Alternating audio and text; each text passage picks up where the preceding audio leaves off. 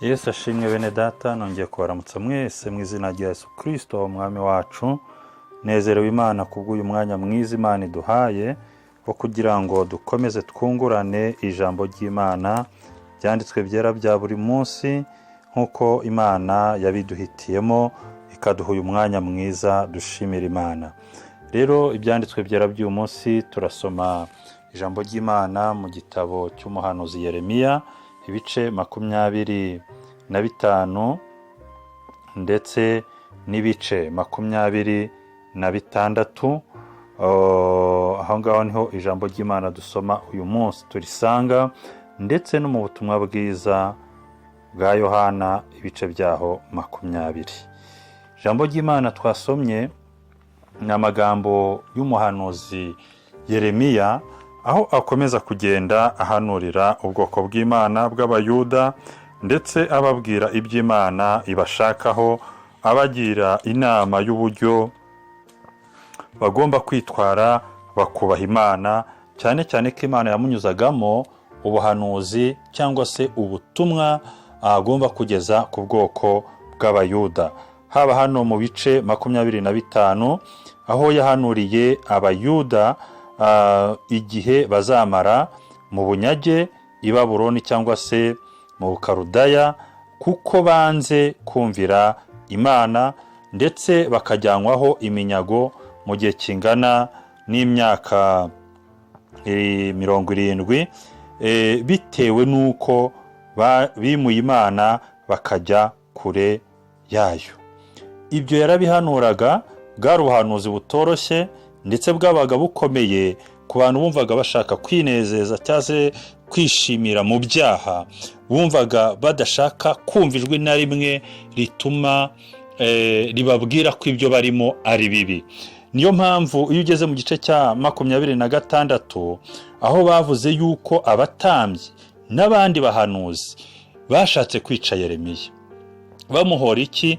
Bamuhoraga yuko yahanuye yuko umurwa uzamara igihe kinini ari umwirare, warabaye amatongo, abantu barajyanyweho iminyago, umurwa waratwitswe kubera ibyaha by'abantu bakoraga bakanga kumvira Imana.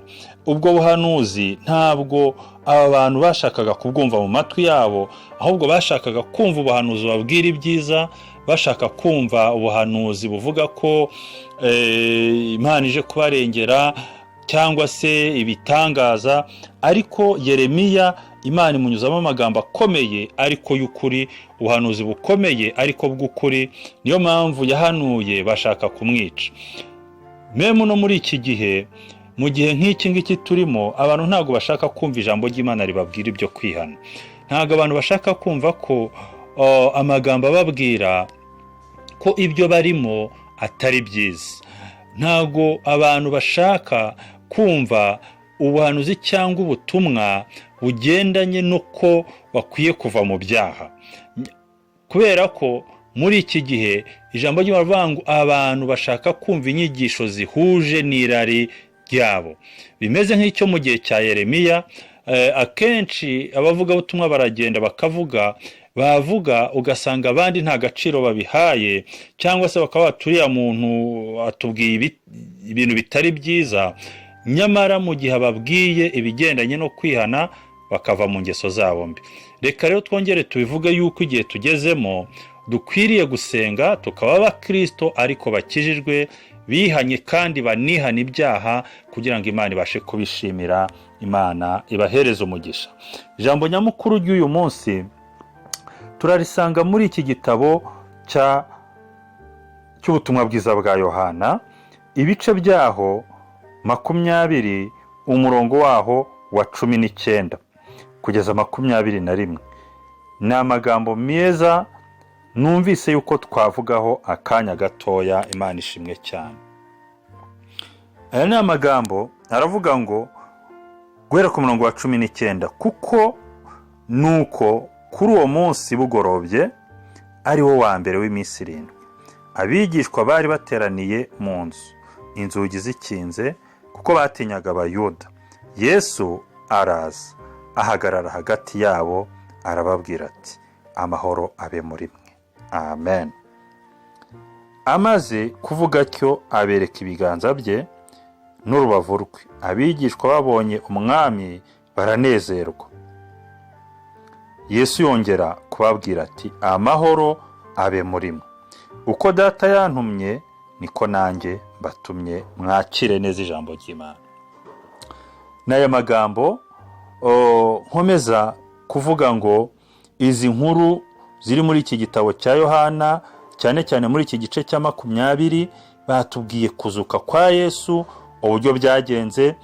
Amaze kuzuka yeretse abigishwa be, kuko apfa hari bamwe bari bagifite gushidikanya ko atazazuka, abandi bagira ubwoba. Niyo mpamvu Yesu yakoze igikorwa cyo kugira ngo yiyereke abigishwa be, babandi bari bafite gushidikanya, bongera babone ko ari umwana w'Imana, bongera babone ko ari Imana yaje kugira ngo isoze misiyo yayo mu bantu cyangwa se mu isi.